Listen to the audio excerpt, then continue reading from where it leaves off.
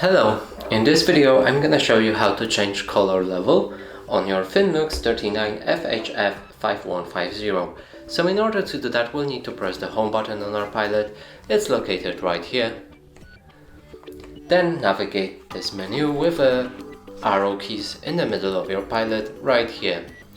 So now let's go to the settings and press OK. From here move to the right and find system. Press OK again. And from here you can go to the left to find the picture mode. Now move down with the arrow pointing down till you find the color. Now in order to change the color setting, you'll need to press the left arrow to lower it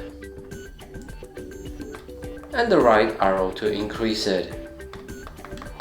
And that's it for this video. Hope you like it. Please consider subscribing to our channel, leave a like and a comment below.